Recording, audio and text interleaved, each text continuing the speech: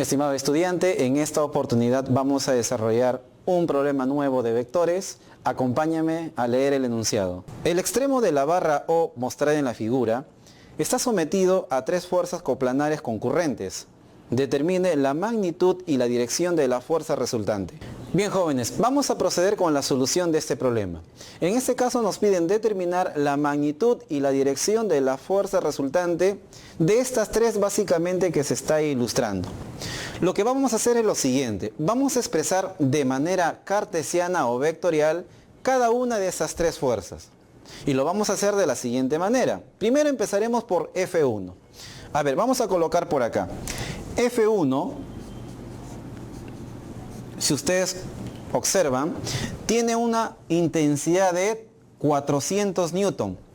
Pero esta fuerza exclusivamente está yendo hacia la izquierda. No tiene componente vertical ni hacia arriba ni hacia abajo, únicamente a la izquierda.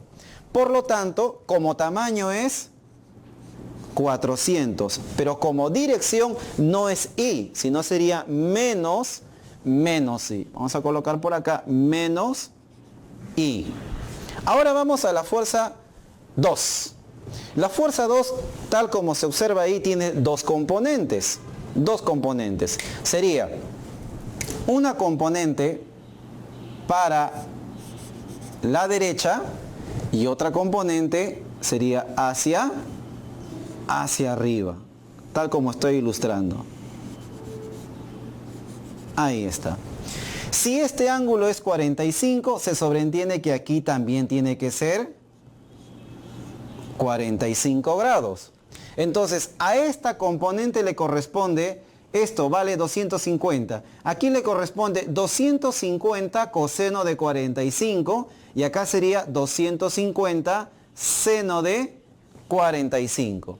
Vamos a colocar aquí, sería 250. Repito, aquí es coseno, no lo voy a colocar porque sería mucha acumulación de letras. Acá sí, 250 seno de 45. Entonces, a ver, expresando de manera vectorial la fuerza 2. A ver, primero, la componente horizontal sería 250, repito, coseno de, vamos a colocar acá, 250 coseno de 45. Ya está. Ojo, la componente va a la derecha, por lo tanto le corresponde I. La otra componente es 250 seno de 45. Pero esta componente va hacia arriba, hacia Y positivo. Por lo tanto, acá sería más J. Ya está, más J.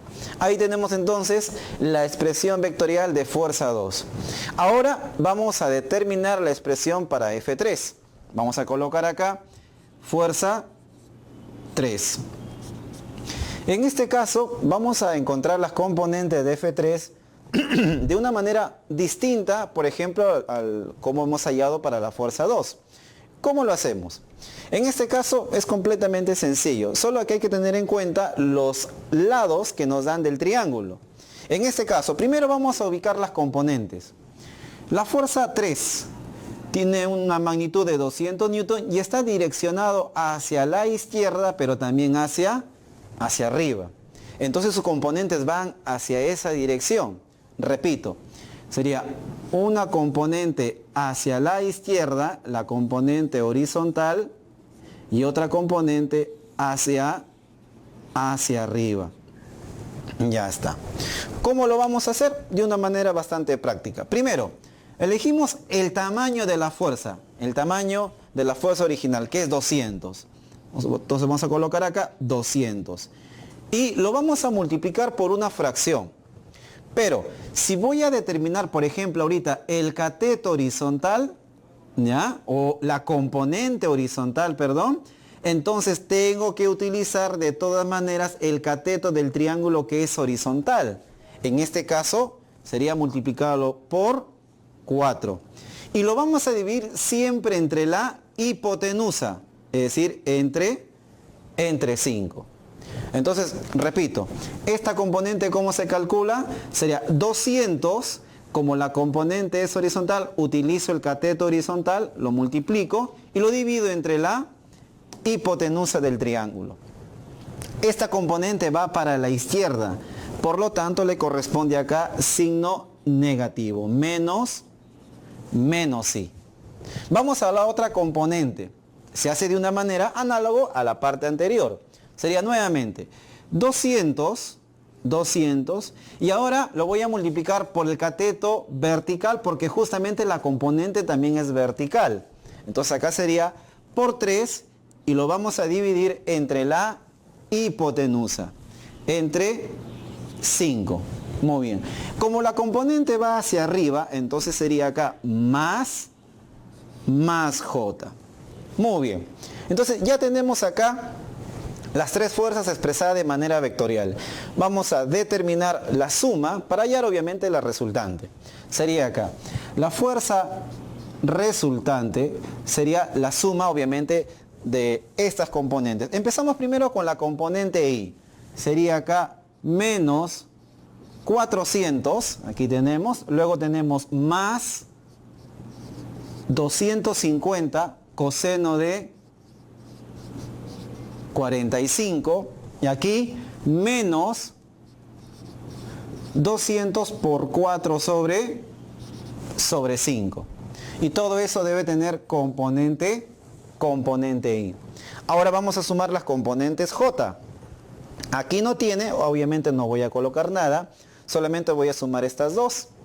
Sería más 250 seno de 45 más 200 por 3/5. Y todo esto por el vector unitario J. Hacemos un cálculo de esta expresión y tenemos aquí que la fuerza resultante debe ser igual a menos 383,2 I más 296,8 J. Ahí está. Haciendo el cálculo de esta expresión, así como de esta, tenemos esta expresión de la fuerza resultante. ¿Cuáles son las unidades de esta fuerza? Es justamente Newton, por las fuerzas que me dan. Entonces vamos a colocar acá todo esto en Newton. A partir de esto vamos a determinar su módulo y también su dirección. Tenemos entonces, a ver, módulo. Recuerden que obtenemos el módulo a partir de la raíz cuadrada. Sería el módulo de la fuerza resultante es igual a raíz cuadrada de, sería menos 383,2 al cuadrado más 296,8 también al cuadrado. Y esto nos da un valor de 484,7 Newton. Ese sería entonces la magnitud o el módulo de la fuerza resultante. Ahora vamos a determinar la dirección. Vamos a colocar por acá dirección. La dirección se calcula obviamente con el ángulo θ. Y como sabemos ya, de acuerdo a los videos anteriores, es la componente Y de la fuerza resultante entre la componente X. Es decir, componente Y entre la componente X. Sería 296,8 sobre menos 383,2. Haciendo el cálculo tenemos que el valor del ángulo θ es menos 37,8 grados. Muy bien.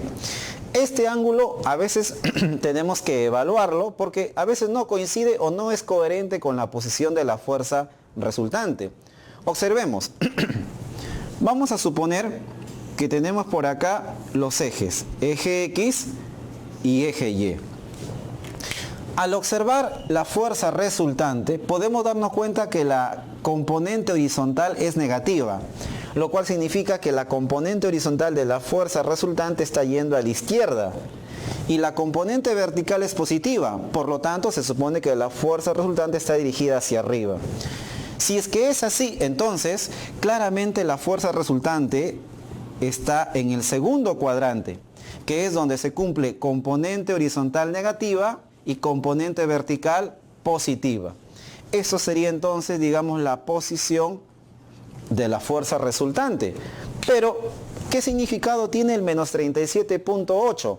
Bueno, significa entonces que aquí, obviamente, este menos 37.8 se refiere al ángulo que está acá, aquel que está formando con el eje X.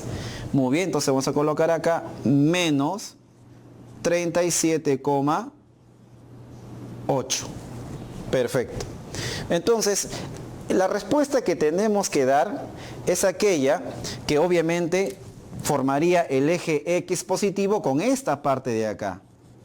Con esa parte de acá. Eso digamos que vendría a ser la dirección. O también nos dicen el sentido contrario al de las manecillas del reloj. Por lo tanto, nosotros podemos reajustar el valor del ángulo teta y decir teta en realidad va a ser igual a ¿qué?